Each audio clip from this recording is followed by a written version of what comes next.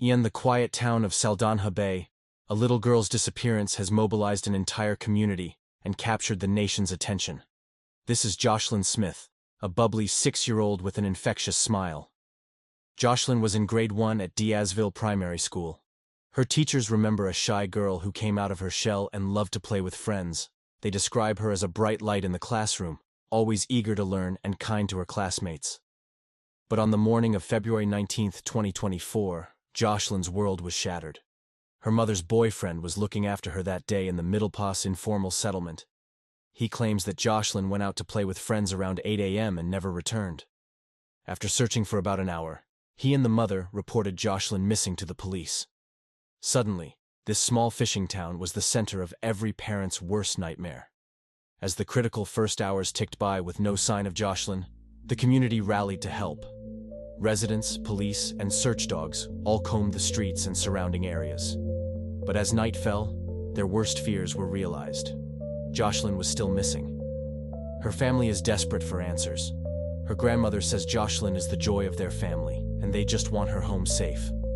This is the story of a community's desperate search for a missing child, and the shocking arrests that would tear them apart. A mystery still unfolding to this day.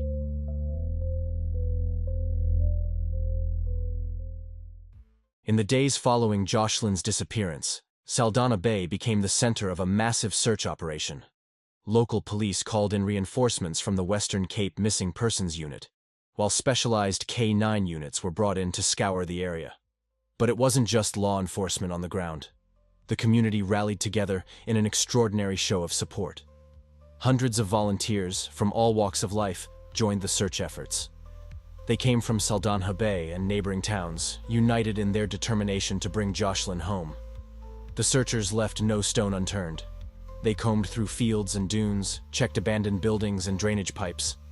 Some took to the water in boats, while others scanned the coastline on foot. The police even brought in helicopters and drones to survey the vast wilderness from above. The turnout from the community was incredible. People showed up at all hours, ready to do whatever was needed. It just goes to show how much Joshlin means to this town. But as the days wore on with no sign of Joshlin, the emotional toll began to mount. Volunteers spoke of the heartbreak and frustration they felt, but also of their unwavering resolve. It's hard, searching for so long without any clues. But they couldn't give up. They wouldn't give up. Joshlin was out there somewhere, and they were determined to keep looking until they found her.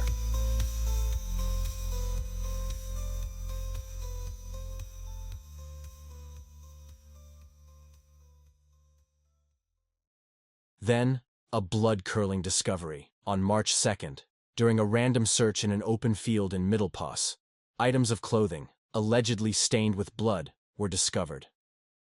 A month later, a second discovery was made in a Saldanha drain behind Diazville High School, including a blue fleece top, a blue Caramore backpack, and a baby blanket. These findings sent shockwaves through the community, as they desperately clung to the possibility that these items might hold the key to Joshlin's whereabouts.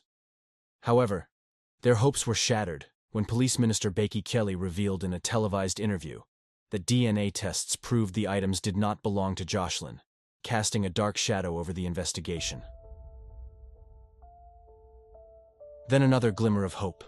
A new lead pointing to a Panamanian ship, the Frontier Aska, which had left Saldanha Bay Harbor just days after Joshlin's disappearance on February 23rd.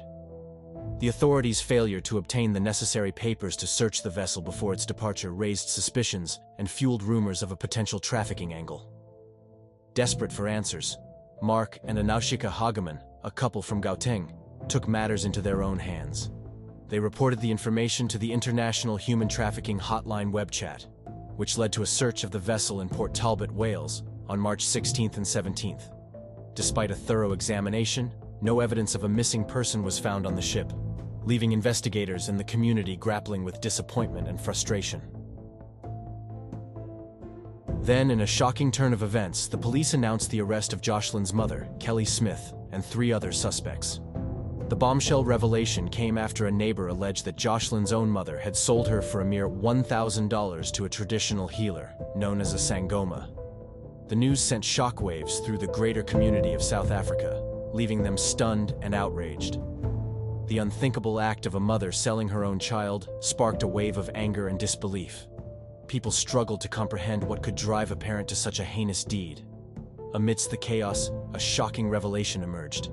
Kelly Smith confessed on tape that she and the person Joshlin was last left with had only been clean for 1 week from the use of crack cocaine. This admission cast a dark shadow over the case, raising the disturbing possibility that an uncontrolled need for a fix had motivated a mother to sell her daughter for use in traditional medicine.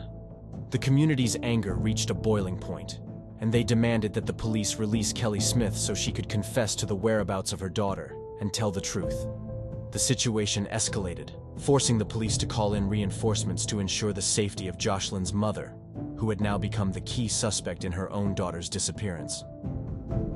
Despite the mounting evidence, many residents struggled to believe that a mother would sell her only flesh and blood for a mere $1,000. The unimaginable nature of the crime left the community grappling with disbelief and horror.